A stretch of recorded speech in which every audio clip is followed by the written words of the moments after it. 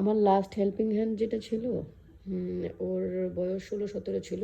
ওর ও আর কি যেটা বলছিল যে 16-17 বছর হবে। তো ওকেও আসলে আমি 5 দিন পরে বিদায় দিতে বাধ্য হয়েছি।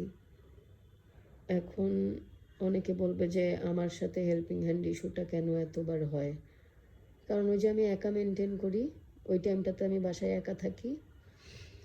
এই জন্য ওরা একা পাইলে, আমার যেটা মনে হয়েছে এতদিনে, ওরা একা পাইলে একটু ডমিনেট করতে চায়। এখন এটা আসলে এদের স্বভাব। মানে জিনিসটা আসলে এতটা জটিল হয়ে গেছে যে কিছু করার নাই। মেয়েটার বেশ কিছু জিনিস আসলে আমাকে অনেক হয়রান করছিল, যার জন্য আমি মানে আমার কষ্ট করে কাজ করব তাও আমার কাছে মনে হইতেছে যে তাও অনেক ভালো। কিন্তু বাসাটা যদিও বড়, বড় বাসায় একটা ছোটা হেল্পিং হ্যান্ড আসলে দরকার হয়। আর শীতের মধ্যে অনেকবার আসলে পানির কাজ থাকে একটা বাসায়, টুকটাক পানির টুকটাক কাজ আসলে সবারই থাকে। তো সেই ক্ষেত্রে প্রতিবার আসলে মানে হাতটা যখন ঠান্ডা হয়ে যায় তখন সহজে ঠান্ডাটার থেকে বাঁচাটা একটু মুশকিল, মানে হাত সহজে গরম হয় না। তো এই জন্য আসলে ছোটো একজন হেল্পিং হ্যান্ড লাগে। কিন্তু আমার মনে হয় কি যে বরফের মতো হাত যদি ঠান্ডাও হয়ে যায়, যদি জৈমাও যায়, তাও আসলে ভালো। তো যাই হোক, তারপরেও এতটা আসলে পারা যায় না। একটা ছোটা হেল্পিং হ্যান্ড আসলে দরকার হয়। ছোট বাসা হলে ওইভাবে দরকার হয় না, কিন্তু বাসাটা যদি একটু বড় হয় তাহলে ছোটা একজন থাকলে মোটামুটি একটু হলেও হেল্প হয়। তো যাই হোক, যেই টাইমে হেল্পিং হ্যান্ড আসে ওই টাইমটাতে আসলে আমার একাই মেনটেন করে। ওই টাইমটাতে আসলে একা থাকি তো, মানে ওই টাইমটাতে। অন্য টাইমে হলে আসলে বাসায় মানুষ থাকে, কিন্তু ওদেরকে যেই টাইমটাতে দরকার ওই টাইমটাতে আসলে আমার মানে আমি একাই থাকি, একাই মেনটেন করতে হয়। ওরা আমাকে একা পায়, একা একটু ডোমিনেট করতে চায়। এখন ওই মেয়েটার মানে লাস্ট মান্থে 5 দিন হয়েছিল তাকে রাখছিলাম। তো 26 তারিখ থেকে সম্ভবত, যাই হোক 5 দিনের টাকা দিয়ে তাকে বিদায় করে দিছি। আর সে আইসা আমাকে মানে অনেক রকম কথা, সে আমার কাছে আগের থেকেই 1,000 তার, ও আচ্ছা 16-17 বছর হওয়ার কারণে তার নাকি প্রথমে তো বলছিল 13-14 বছর বয়স, 12 বছর বয়স, লাস্টে বলতেছিল যে 16-17। তো ভোটার আইডি কার্ডের একটা কপি আমি মাঝে মধ্যে মানে অনেক ধাক্কার পর ভোটার আইডি কার্ডের একটা কপি তাদের কাছে চাই। তো আমি তার ছবিটা তুলে রাখছিলাম প্রথম দিন, কিন্তু ভোটার আইডি কার্ডের কপিটা আসলে তার, সে ভোটার হয় নাই, যার জন্য তার ভোটার আইডি কার্ড নাই, ওই জন্য তার কপিটা আমি রাখতে পারি নাই। আর এলাকার মধ্যে তার চায়ের একটা দোকান আছে, চায়ের দোকান আছে। তো তার ছোট ভাইটাও মাঝে মধ্যে বসে, সেও বসে, তার বাপও নাকি বসতো মাঝে মধ্যে। যাই হোক, সে আয়শা আমাকে বলতেছে তার একটা বয়ফ্রেন্ড আছে, ইমো আছে, তার তার মোবাইল নাই। মানে তাকে ফোন দিয়া, তার কাজিনের ফোনে তাকে ফোন দিতে হয়। তাকে ফোন দিয়া মানে তার তার যে কদিন আসছে তার টাইমেরও, একে তো তার মোবাইল নাই, তার টাইমের কোনো ঠিক নাই। সে এক এক দিন এক এক টাইমে আসতেছে। তো ওই টাইমে আমি যদি নিচে একটু বাজারের জন্য যাই বা কোনো কাজে বাইর হই, বা আমার কোনো দরকারে আমার নিচে যাওয়া লাগতেছে বা কোথাও যাওয়া লাগতেছে, কোথাও আমি একটু বাইর হইলাম, তখন তো আমি তাকে ফোনে মানে সে পরের দিন আমাকে তখন তো ফোনে তাকে পাওয়া যেতেছে না, কারণ তার নিজস্ব কোনো মোবাইল নাই। সে নাকি তার ভাইয়ের সাথে জিদ করে মোবাইল ভেঙে ফেলছিল, এই জন্য তার মোবাইল নাই। তো এখন তার কাজিনের নাম্বার আমার কাছে ছিল, ওই নাম্বারটা আমি আনছিলাম। তো পরের দিন সে আমারে বললো যে ওই নাম্বারে ফোন দিয়েন না, আমার ওই বোন বিরক্ত হয়, মানে সে মাইন্ড করে, আমি দেরি হলেও আমি আসবো, তাও তাকে ফোন দিয়েন না। তো এখন দেরি হলেও আসবো, ওই সময় তো আমি বাথরুমেও থাকতে পারি। আর এরা একটু মানে 1 মিনিট দেরি হলেই এরা তখন চলে যায়, মানে একটু ওয়েট করবে যে, এটা তো এরা করে না, এদের স্বভাবের মধ্যে ওই জিনিসটা, ওই ধৈর্যটা নাই। এখন ওই টাইমে তো আমি হয়তো বা বাথরুমে গোসল করতেছি বা বাথরুমে কোনো দরকারের জন্য গেছি, তো ওই যাই হোক, তো তাদের আসার টাইমটাতে আমি আসলে ওই জিনিসটা, আমি বাথরুম আসলেও আমি ধৈর্য ধরে অতটুকু টাইম ওয়েট করি যে ঠিক আছে আমি বাথরুমে গেলাম না, সে যদি আসে এসে চলে যাবে। তো ওই জিনিসটাও তো আমার মাথায় রাখতে হয়। তারপরে যদি টাইমটা নিয়ে তারা এদিক ওদিক করে বা আমি একটু নিচে গেলাম বা বাইর হইলাম, তো তাদের টাইমটা যদি আমি না জানি তাহলে আমি কিভাবে এদেরকে রাখবো? তারপরে সে আমার কাছে বলতেছে যে মোবাইল নাই, তার 1,000 টাকা ধার, মানে মাসের শুরুতেই, এই মাসের শুরুতেই সে আমাকে মানে বলছিল আর কি, যে মানে তাকে তো আমি লাস্ট মান্থে 5 দিন পরে বিদায় দিয়ে দিছি, তো এটি আমাকে বলছিল যে এই মাসের যখন শুরু হবে তখন তাকে যেন 1,000 টাকা আমি ধার দিই, আগে থেকেই কোনো কাজ করার আগেই তাকে যেন আমি 1,000 টাকা কিংবা 2-3 হাজার টাকা ধার দিই। সে আমার কাছে আগের থেকেই ধার চাইতেছে, মানে সে আর কি টাকাটা নিয়ে ভাগবে। তারপরে তো জিনিস চাওয়া চাইও করতেছিল আমার কাছে, তারপরে আমি জিনিসগুলো কোথা থেকে বাইর করি, কোথায় রাখি, ওই জায়গাগুলোও সে খেয়াল করে দেখতেছে। তো তখন আসলে আমিও আসলে অনেক ধাক্কা খাওয়ার পরে কিছু তো বুঝছি যে এদের মেন্টালিটি, এদের ইন্টেনশনগুলো কী, এরা আমার জায়গাগুলো দেখতেছে। তো আমি আসলে, আমার কাছে একদিন সেফটি পিন চাইছিল, তো ক্রিম চাইছিল, তারপরে আরও কী কী জানি তাকে দেওয়া হয়েছে, ক্রিম, সোয়েটার মোয়েটার, এগুলো বেশ কিছু জিনিস তাকে দিছি আমি বিদায় দেওয়ার আগে। এখন প্রত্যেকেই আসলে নিজের স্বার্থটা উদ্ধার করার পরে একটা বাঁশ দিয়ে চলে যায়, কিন্তু এদের এদের কি মৃত্যু নিয়ে কোনো ভয় নাই? এরা কি মারা যাবে না? এদের সাথে কি বিচার, মানে এদের কি আল্লাহ বিচার করবে না? এরা কি মনে করে? এদেরকে যে এত এত মোটামুটি সামর্থ্যের মধ্যে যতটুকু থাকে এদেরকে যে মায়া কইরা দেই, এরা এই মায়াটা কেন বুঝে না? একটা ধমক তো কখনো সহজে দেই না, সহজে মানে কি দেই না, যথেষ্ট মায়া করি। সে আমাকে ঘর মোছার জন্য যে ঘর মোছার লাঠি নিয়ে আসতে বলছে, ওইটাও তার জন্য কিনে আনছি।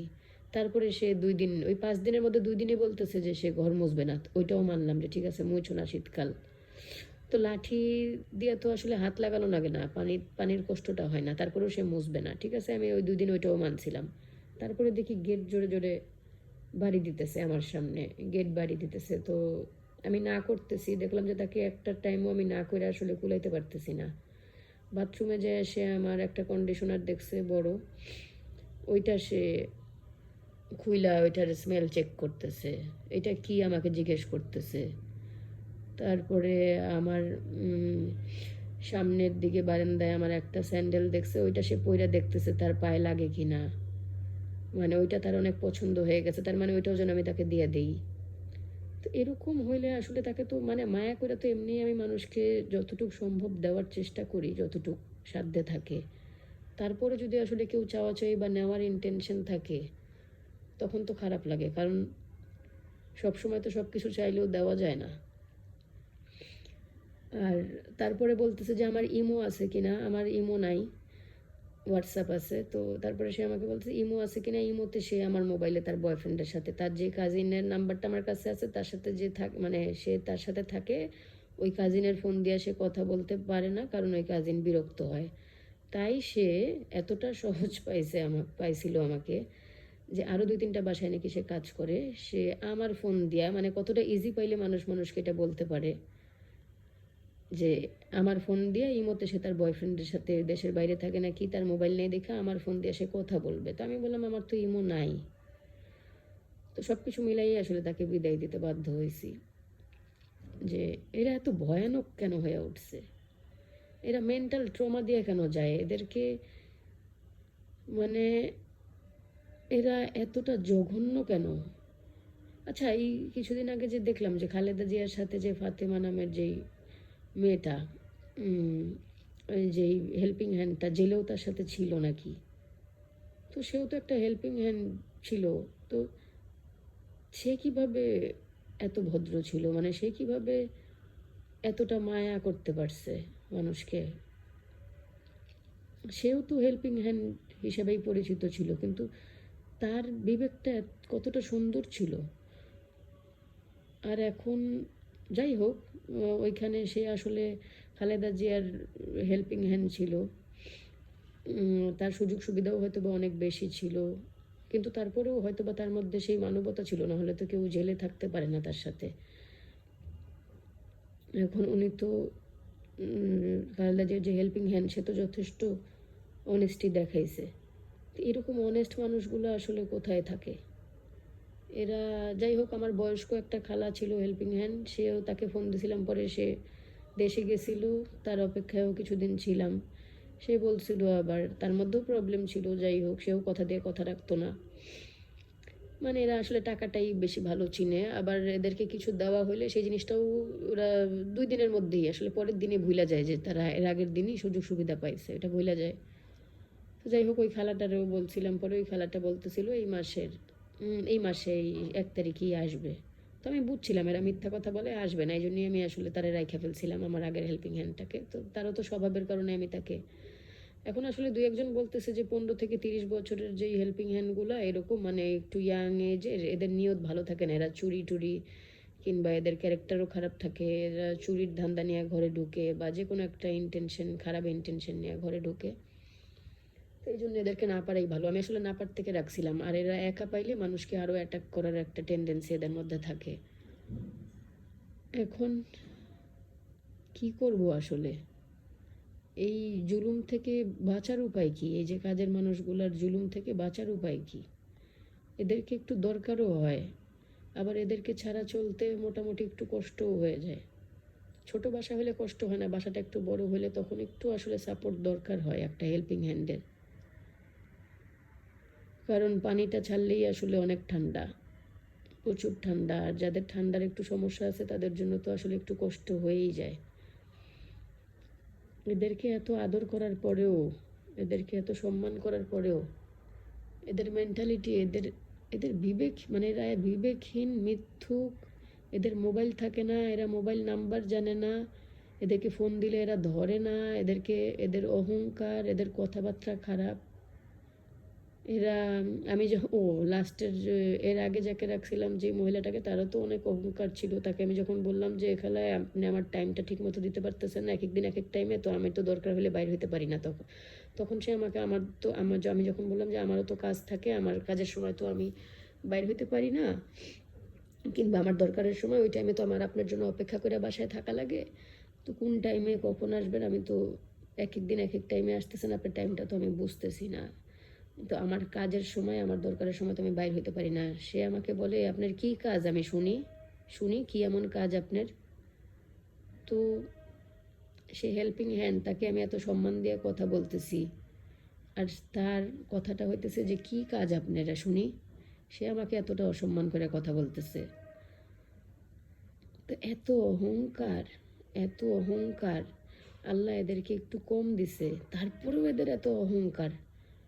তাহলে এদের যদি অনেক টাকা পয়সা থাকতো, এদের যদি মানুষের বাসায় কাজ করা না লাগতো, তাহলে তো এরা মনে হয় এক একজন মানুষ খুন করতো। ওই যে আয়েশা, ওই যে মোহাম্মদপুরে খুন করছেই তো 2 জনকে। জানি না এটার বিচার হবে কি না, বিচার হয়তো বা হবে, জানি না অতিরিক্ত শয়তানদের বিচার হয় কি না। কিন্তু এই যে শুরু হয়েছে, তো বিপদে মানুষ মানুষের পাশে দাঁড়ায় না।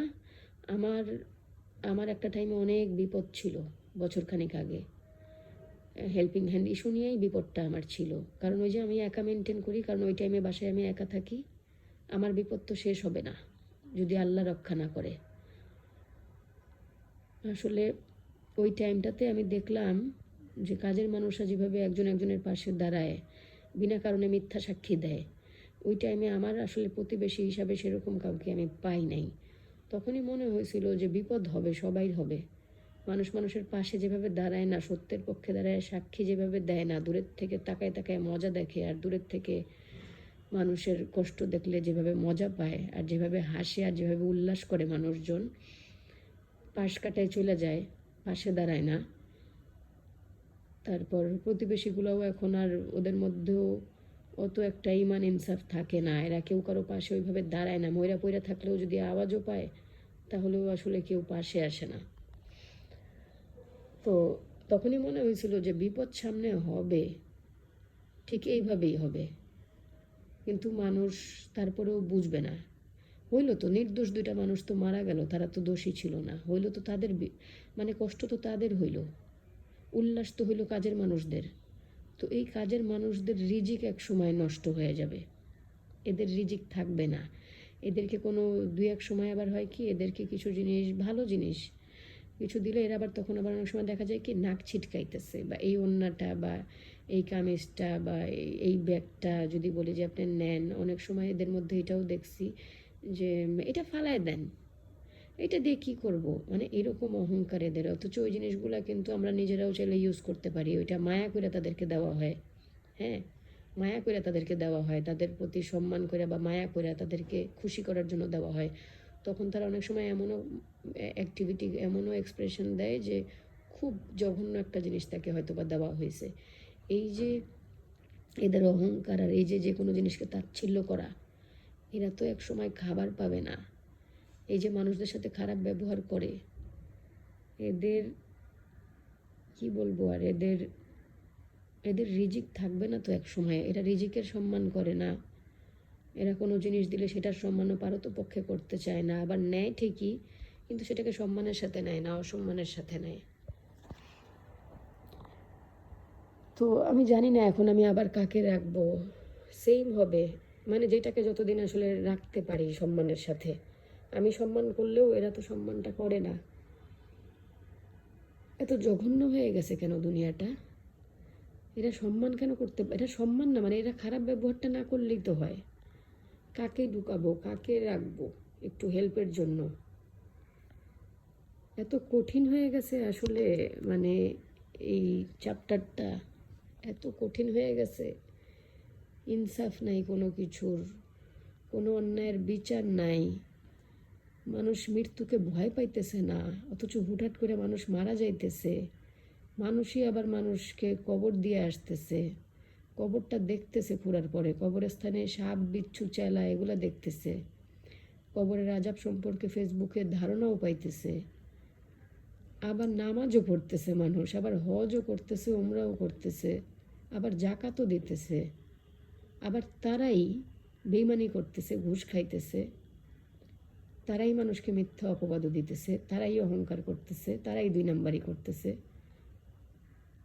এত জটিল কেন হয়ে গেছে সব কিছু? মানে মৃত্যু ছাড়া মানুষ মৃত্যুটাকেও ভয় পাইতেছে না। কাজের মানুষদেরকে কি বলবো, প্রত্যেকটা খারাপ মানুষরাই আসলে কাজের মানুষদের মতনই মেন্টালিটি আমি দেখলাম। মানুষের অনেক অহংকার, অন্যের ক্ষতি করার অনেক ইচ্ছা, কে কার ক্ষতি করতে পারবে, কে কার লাইফে অশান্তি তৈরি করতে পারবে, কে কার 12টা বাজাইতে পারবে, এরকম মেন্টালিটি মানুষের। আসলে কিছু বলার নাই। আর এই কাজের মানুষগুলোর ব্যাপার নিয়ে আসলে প্রতিবেশীদেরও উচিত, আশপাশের মানুষদের উচিত একজনের বিপদে পাশে দাঁড়ানো। কাজের মানুষরা যখন মিথ্যা অপবাদ দেয় কারো নামে বা কারো জন্য বিপদের কারণ হয়, তখন আশপাশের মানুষগুলা সত্যের পাশে দাঁড়ায় না, সত্যের পক্ষে দাঁড়ায় না, দুইটা কড়া কথা বলে না, দুইটা ন্যায্য কথা বলে না। কিন্তু এই সময় তো একটু সাপোর্ট দরকার মানুষের। হেল্পিং হ্যান্ড ইস্যুটা নিয়ে মানে কেউ কথা বলে না, এই চ্যাপ্টারটাকে কেউ কঠিন মনে করে না। আমি জানি না যারা একা বাসায়, মানে যেই টাইমটাতে কাজের মানুষ আসে ওই টাইমটাতে যারা একা থাকে তাদের, মানে আমার বাসায় মানুষ থাকে কিন্তু যেই টাইমটাতে আমার কাজের মানুষ আসে ওই টাইমটাতে আসলে আমার দেখা যায় যে আমি একা, তখন হয়তো বা বেশিরভাগ টাইমেই ওই টাইমটাতে আমি আসলে একা থাকি দেখেই আমাকে পায়া বসে। তখন আসলে আমি ভয়ে ভয়ে তাদেরকে রাখার জন্য বা নিজের মান সম্মান ধরে রাখার জন্য তাদের সাথে ভালো ব্যবহার করি, তারপরেও এদের কাছ থেকে সেই ব্যবহারটা পাই না। আমি করি ভালো ব্যবহার, এরা করতেছে খোঁচা মাইরা কথা, এরা করতেছে বেয়াদবি, এরা করতেছে খারাপ ব্যবহার। ওই সময় তো আমারও মন চায় যে এদেরকে ন্যায্য একটা কথা বলি, বা আমারও তো বিরক্তি আসে, কিন্তু আমি তো খারাপ ব্যবহারটা করি না। আমারও তো তখন এদের চেহারাটা দেখলে বিরক্ত লাগে যে আমি এত ভালো ব্যবহার করতেছি, আমি কালকেই এতগুলা জিনিস দিলাম, কিংবা কালকেই আমি তাকে রেস্টুরেন্টে নিয়ে আমি মায়া করে খাওয়াইলাম, কিংবা তার জ্বর যখন আমি দেখলাম তাকে আমি একটা ডিম সিদ্ধ করে আর লেবুর শরবত বানায় খাওয়াইলাম, অথচ পরের দিনে সে আমার সাথে খারাপ ব্যবহার করতেছে। আমার একটু দরকারে সে আমার এতটুকু কাজের একটা হেল্প যখন আমি তাকে বললাম, সে আমাকে ওই হেল্পটা করতেছে না। তখন তো আমারও মনে হয় যে এদেরকে আমিও এদের সাথে এদের মতনই একটা ব্যবহার করি, কিন্তু আমি তো করি না, তারপরেও এদের ব্যবহারটা এত জঘন্য কেন হয়? এদেরকে কেন একটু শান্তিপূর্ণভাবে রাখা যায় না। খুব বেশি তো প্রেশার থাকে না আমার বাসায় যে খুব বেশি পরিষ্কার করতে হবে, খুব বেশি একদম এই কাজটা পারফেক্টলি করতে হবে, এমন কোনো কিছু আমি আসলে ভয়ের চোটে বলি না, কারণ এরা তো এটা মানবেই না। দেখি যে চোখের সামনে দিয়ে ঝাড়ু দিতেছে, ঝাড়ুটা দেওয়া ঠিক মতো হইতেছে না, মুছতেছে, কিছু জায়গা মোছা বাকি রয়ে যাইতেছে, দেখি, কিন্তু বলি না নিজের মান সম্মান বজায় রাখার জন্য। কারণ বলতে গেলে তারা তখন চেতে যাবে একা, যে কারণ ওই টাইমটাতে আমি একা থাকি, বলতে গেলে তারা আমার উপরে খেপা যাবে। এই জিনিসগুলো সবই মাথায় রাখি। তারপরেও এরা কেন সন্ত্রাসীদের মতো করে? এদের উপরে কেন এখনও আল্লাহর গজব পড়ে না? কেন এদের শাস্তি হয় না? কেন এখনও এরা কনফিডেন্সের সাথে বিভিন্ন মানুষের বাসায় কাজ করতে পারে? এদের কাজের রাস্তাগুলা, কাজের দরজাগুলা, রিজিকের দরজাগুলা কেন এখনও বন্ধ হয় না? এরা 2 নাম্বারির উপরে লাইফ লিড করে। আর এদের এদের প্রত্যেকের এক একজনের 10টা-12টা করে বয়ফ্রেন্ড। আমার লাস্টের যেটা ছিল ওইটারও বয়ফ্রেন্ড। এদের বয়ফ্রেন্ডেরও কোনো কমতি নাই। আবার কত বড় সাহস, আমার মোবাইলে ইমো আছে কিনা আমাকে জিজ্ঞেস করে। তখনও আমি ভালো ব্যবহার করছি যে বাবা আমার মোবাইলে সত্যি কথাই যেটা ইমো নাই, থাকলে হয়তো বা আমি ওইটাও চিন্তা করছিলাম যে ঠিক আছে, না হয় আমার মোবাইলে একটু দিলাম কথা বলতে। ওই চান্সে তো আমার মোবাইল নাম্বারটা অবশ্য পাওয়া যাইতো, ওইটাও আমার মাথায় ছিল। কিন্তু তখন তারপরেও আমি মানে এতটাই সাফারার যে তারপরেও আমার মাথায় আসছিল যে ঠিক আছে, না হয় একটু কথা বলতে দিব। কিন্তু তারপরেও এদের ব্যবহার এত জঘন্য, এরা এতটা মানে এদের চোখ এতটা জঘন্য, এরা এত তাকাতাকি করে। কোথাও গেলে আলমারি খুললাম নাকি কি খুললাম, কোথার থেকে কোন জিনিসটা বাইর করলাম, ওই জায়গাগুলো তারা খেয়াল করে। তো এরকম হইলে তো আসলে একটা, দুইটা, তিনটা, চারটা, পাঁচটা অন্যায় না, যদি 100টা বদগুণে তারা ভরপুর থাকে তাহলে তাদেরকে কোন ভরসায় রাখবো? তারপর এরা জোরে জোরে কাজের সময় বাইরাবাইরি করে, ঝাড়ুকে ধাম করে উপরে থেকে ফালায়, ঝাড়ু দিয়ে বাড়ি দেয় বিভিন্ন জায়গায়, মানে জোরে জোরে আওয়াজ করে। ওইটা তাদের একটা ডমিনেট করার সিস্টেম, ওটা তারা ডমিনেট করে এইভাবে। তারপরে জোরে হাতের থেকে কোনো একটা জিনিস ফালায় বোঝায় যে তার অনেক রাগ আছে, তাকে কিছু বলা যাবে না। আরে বাবা, কোনো দরকার ছাড়া তাকে কিছু বলবোই বা কেন? এমনিও তো তাদেরকে কিছু বলি না, তারপরেও তাদের এই সমস্ত জিদ আর এই সমস্ত ডমিনেট কেন করতে হবে? কেউ কথা কেন বলে না? কেউ কারো বিপদে পাশে কেন দাঁড়ায় না? কেউ তো প্রোটেস্ট করতেছে না। আমি দেখতেছি যে আমি ছাড়া কেউ এই হেল্পিং হ্যান্ড ইস্যু নিয়ে কোনো কথা বলতেছে না। অথচ মানে আজকে হয়তো বা ইস্যুটা আমি একা মেনটেন করি দেখা কষ্টটা আমার হইতেছে, কিন্তু কালকে হয়তো বা যারা আমার ভিডিওটা দেখতেছেন বা দেখবেন তাদের বাসায়ও তো বিপদ হতে পারে। ওই যে মোহাম্মদপুরের মতন মা মেয়েকে যেভাবে মাইরা চলে গেছে, আজকে প্রোটেস্ট করতেছেন না দেখে আপনারা আমার সাথে তালে তাল মিলাইয়া আপনার বাসায়ও কিন্তু, কিংবা আপনার কোনো ক্লোজ রিলেটিভের বাসায়ও কিন্তু এইভাবে হত্যা করে একদিন কাজের মানুষ চলে যাবে, কিংবা আপনার নিজের বাসায় আপনার সাথেও এরকম ঘটনা ঘটতে পারে। তাই কারো বিপদ দেখলে একটু প্রোটেস্ট করবেন, অন্তত একটা আমার চ্যানেলে একটা কমেন্ট করে হলেও একটু সাপোর্ট দেখাবেন, একটু সাপোর্ট দেখায়েন। কারণ সত্যের সাথে না একটু থাকা উচিত। কারো বিপদে একটা কথা দেওয়া হলেও সাপোর্ট করা উচিত। এটাও কিন্তু অনেক বড় একটা শক্তি, মানুষ অনেক ভরসা পায়। নাহলে মনে হয় কি যে আমি কি একাই? অথচ ঘরে ঘরে কিন্তু এই প্রবলেমটা মানুষ ফেস করতেছে, আমি জানি। যখন কিছু মানুষের সাথে কথা বলি তখন কিন্তু জানি যে অনেকেই সাফার করতেছে, কিন্তু কেউ কারো হইয়া মুখ খুলে না, কেউ কারো হইয়া প্রোটেস্ট করে না। অনেকের সাথেই এই ঘটনা ঘটতেছে, যারাই একা মেনটেন করে, কোনো বয়স্ক মানুষ বা কোনো যে কোনো বয়সী মানুষ যে একা একা থাকতেছে ওই টাইমটাতে, তখনই কিন্তু সে ফেস করতেছে।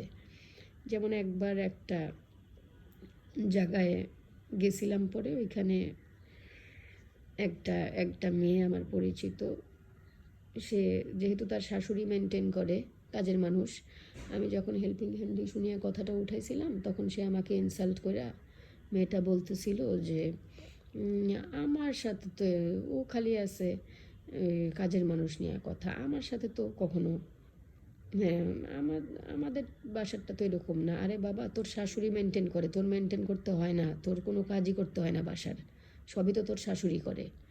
তো এরকম ভুরু কুচকায় যে আমার কথাটা বললি যে তোর তো এরকম কোনো সমস্যা হয় না, তুই জীবনে যখন একা হবি, তুই যখন একা মেনটেন করবি, তোর আশপাশে যখন কেউ থাকবে না, তখন তুই বুঝবি যে কাজের মানুষ কী করে, কাজের মানুষ যে কতটা জঘন্য, এদেরকে টাকা দিয়েও যে ঠিকভাবে একটু ভরসা পাওয়া যায় না। কিংবা যাদের অনেক টাকা আছে, যারা অনেক টাকা দিয়েও এদেরকে মেনটেন করতেছে, তারাও কিন্তু যখন একা থাকে বাসায় কোনো টাইমে, তারাও কিন্তু তখন ভয় পায়। তো ওই মেয়েটা যে আমাকে বলতেছিল কাজের মা আমারটা, তারপরে এরকম বেশ কিছু মানুষ যারা মেনটেন করতে হয় না কিংবা দেশের বাইরে থাকে, এরকম কিছু মানুষও আমাকে বলছে যে যারা মেনটেন করে না, যাদের উপরে এই ঝামেলাটা নাই, যাদের উপরে এই দায়িত্বটা নাই, তাদের কিছু মানুষ আমাকে বলছে যে না আমাদের দেশে আমার ওইখানে তো কোনো প্রবলেম হয় না, বা এই জিনিসটা তো তো এমন কোনো প্রবলেম হয় না। তো তারা তো মেনটেন করে না, তারা বুঝবে কিভাবে, তাদের তো সেই জ্ঞানটাই নাই, কিংবা তারা তো সেলফিশ, তারা অন্যেরটা তো চিন্তা করে না। আবার তারাই যখন দেশে যদি পার্মানেন্টলি থাকে বাংলাদেশে, তাদের সবচেয়ে বেশি দরকার হয়, তাদের 100টা কাজের মানুষ দরকার হয় তখন। কিন্তু তাদের যেহেতু এই চ্যাপ্টারটা লাইফের নাই, তাই তারা অন্যকে ইনসাল্ট করার জন্য এই কথাটা বলে যে কই আমাদের তো কোনো, তখন তারা 100টা অ্যাডভাইস দিয়ে দেয়। তখন বলে যে না আমাদের দেশে আমার ফ্যামিলিতে তো এর কোনো প্রবলেম হয় না, বা মিথ্যা কথা বলে তারা, যে কোথায় এরকম তো কোনো নাই, এরকম তো কোনো, এমন তো কোনো প্রবলেম না। আরে বাবা, তোমাদের ক্লোজ কারো বাসায় হয়তো বা কোনো মানুষ মইরা পইরা থাকবে, তখন তোমরা বুঝবা। তারপরে হেল্পিং হ্যান্ড ইস্যু নিয়ে কথা বললে অনেকের সাথে সাথে অনেকগুলো অ্যাডভাইস দেওয়া শুরু করে, অথচ সে কিন্তু এমন কোনো রেসপন্সিবিলিটি, আমি জানি তাদের লাইফে এমন কোনো রেসপন্সিবিলিটি তাদের মেনটেন করতে হয় না দেখেই তারা এইভাবে মজা করে অন্যদেরকে অ্যাডভাইস দিতে পারে। তাদের লাইফ একটু চিন্তা করলে বা একটু অবজার্ভ করলেই দেখা যাবে যে তারা ওই জিনিসগুলো মেনটেন করে না, বা তারা ওই ক্ষেত্রগুলোতে অনেক হেল্প পায়, বা তাদের ওই সিচুয়েশনগুলো নাই ওরকম। তো কেউ কারো পাশে না, ভদ্ররা কেউ কারো পাশে দাঁড়ায় না কাজের মানুষের ইস্যুগুলোতে, অথচ এদেরকে একটা কিছু বলে দেখেন, এদের পক্ষে 1000টা কাজের মানুষ, ড্রাইভার দারোয়ান এসে হাজির হয়ে যাবে।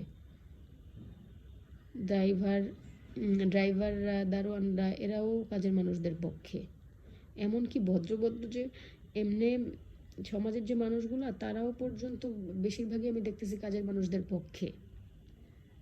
তো যারা এরকম মানে কোনো লজিক ছাড়াই এদের পক্ষে, এই অন্যায়ের পক্ষে, তারা একটু অপেক্ষা করেন। আপনাদের লাইফেও যখন ছোবলটা মারবে না কাজের মানুষরা, যখন আপনাদের লাইফে, আপনাদের ফ্যামিলিতে যখন ছোবল মারবে, আপনাদের ক্লোজ কোনো রিলেটিভের বাসায় যখন ছোবল মারবে, তখন আপনারা বুঝবেন যে সত্যের পক্ষে সময় থাকতে দাঁড়ানো দরকার ছিল। সময় থাকতে বুঝেন নাই, সময় থাকতে কাউকে সাপোর্ট করেন নাই। যারা উল্টা পাল্টা অ্যাডভাইস দেন মানুষকে যে কাজের মানুষ আসলে ভালো, তো এদেরকে একটু খাওয়াই দিবা, এদেরকে একটু আদর করবা। আরে বাবা, আমি সবই করি, আমি এদেরকে রেস্টুরেন্টে নিয়েও খাওয়াইছি, এমনও সময় হয়েছে ছিল, বা এমনও একটু আমার হাতে টাকা থাকলে আমি এদেরকে রেস্টুরেন্টে নিয়েও খাওয়াইতাম। তো তারপরেও তার কিছুদিন পরেই তার চরম একটা বেইমানি রূপও আমি দেখছি, যে এদেরকে কোনোভাবেই, এদেরকে খুশি করা, অকৃতজ্ঞ মানুষদেরকে কোনোভাবেই খুশি করা যায় না। কলিজা কাইটা দিলেও তারা বলবে যে আসলে কোনো কিছুই করি নাই। তো সেই ক্ষেত্রে যারা বড় বড় অ্যাডভাইস দেয় যে এইভাবে করলেই তো মেনটেন করা যায়, আমার মানে তারা আমাকে এটাই বুঝাইতে চায় কিছু মানুষ, যখন আমি শেয়ার করতাম কিছু মানুষের সাথে, যে আমার মেনটেন করার যোগ্যতা নাই, আমার মেনটেন করার অ্যাবিলিটি নাই, আমি পারি না, আমার সেই জ্ঞানটা নাই। আরে বাবা, সব জ্ঞান, সব ধরনের জ্ঞান এক সময় মানে কোনো কাজে আসে না। আমার যতটুকু অ্যাবিলিটি আছে দেখাই এদেরকে মেনটেন করার, আমি এখনও পর্যন্ত অনেক বছর ধরে হেল্পিং হ্যান্ড চালাই। তো আমার সেই অ্যাবিলিটি আছে দেখাই আমি একা মেনটেন করার পরেও আমি বাইচা আছি, নাহলে আমারও লাশ পড়ে থাকতো যদি আমার সেই নলেজটা না থাকতো। 2-3বার মৃত্যুর হাত থেকে আমি বাঁচছি। আমার নলেজ না থাকলে, আর আল্লাহর রহমত আমার উপরে না থাকলে আমি বাঁচতাম না। সেই নলেজও আমার আছে, সেই ভালো জ্ঞানও আমার আছে, ততটুকু সেন্সও আমার আছে, কার সাথে কীরকম মানে মানুষের সাথে যে ভালো ব্যবহার করতে হয় সেই আত্মাটাও আমার আছে দেখাই আমি এদেরকে একা মেনটেন করতেছি এত বছর থেকে। বিভিন্ন অনেকগুলো কাজের মানুষই তো এই পর্যন্ত দেখছি, এদেরকে তো এই পর্যন্ত মেনটেন করে আসছি এক একজনকে, তো তারপরেও তো আমি আল্লাহর রহমতে বাইচা আছি একা মেনটেন করার পরেও। তো আমার যদি সেই নলেজটা না থাকতো, আমার এতদিনে অনেক কিছু হয়ে যাওয়ার কথা ছিল। কোনো সাপোর্ট ছাড়াই আমি একাই এদেরকে মেনটেন করি। তো যারা অ্যাডভাইস দেয় তাদের জ্ঞানের এত স্বল্পতা, তারা এতটাই মানে জ্ঞানহীন, জাস্ট অ্যাডভাইসটা দিয়ে দেয়। তাদেরও তো দিন পড়ে আছে, তারাও সাফার করবে, তাদেরও যখন বয়স হবে না বুড়া বয়সে, তখন তারা বুঝবে যে মানুষ ঠেকে, মানুষের বিপদ হয়। এরা অন্যের বিপদের বেলায় খুব সুন্দর করে কথা বলে দেয়, কারণ তাদের নিজেদের ওই সিচুয়েশনগুলো নাই, নিজেরা খুব আরামসে থাকে, মজায় মজায় লাইফ লিড করে। এই জন্য তারা অন্যের কষ্টগুলো বুঝে না, অনেকগুলো অ্যাডভাইস দিয়ে দেয় পণ্ডিতের মতন, নিজের পাণ্ডিত্য জাহির করে। ওই নিজের পাণ্ডিত্য জাহির করা মানুষদেরকে কিন্তু আল্লাহ দুই চোখে দেখতে পারে না, আল্লাহ পছন্দ করে না। কিয়ামতের দিন এরা আল্লাহর থেকে সবচেয়ে বেশি নাকি দূরত্বে থাকবে, যারা নিজেদের পাণ্ডিত্য জাহির করে। তো এরকম অনেক পণ্ডিত মানুষ আসলে দেখছি যে বড় বড় অ্যাডভাইস দেয়, কিন্তু না আমি না পরবর্তীতে না আমার খুব হাসি আসে যে কতটা জ্ঞানহীন, কতটা মূর্খ এই মানুষগুলা। মানে এদেরও তো ভবিষ্যতে বিপদ আসবে, তখন তারা কি করবে? যাই হোক, আমার কথাগুলাকে একটু সাপোর্ট করেন।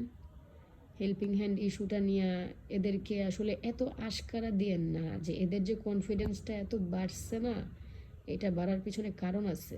এদেরকে বেশি বেতন দেওয়া, মানে যেটার লিমিটের ঊর্ধ্বে, মানে লিমিটের ঊর্ধ্বে এদেরকে বেশি বেতন দিয়েন না, তাইলে এরা মানুষের সাথে ব্যবহার খারাপ করা শুরু করে দেয়। এদের যতটুকু ন্যায্য হক ততটুকু হক দেন। এদের সত্যিকারের বিপদ থাকলে এদেরকে সাহায্য করেন, কিংবা যতটুকু এদের প্রাপ্য ততটুকু দেন, না হলে তো আবার গুনাহ হবে। কিন্তু এদের প্রাপ্যর থেকে অধিক দিয়া এদেরকে মাথায় উঠাইয়া এদেরকে নোংরা বানায় ফেলায়েন না। এদের মেন্টালিটি অনেক নোংরা।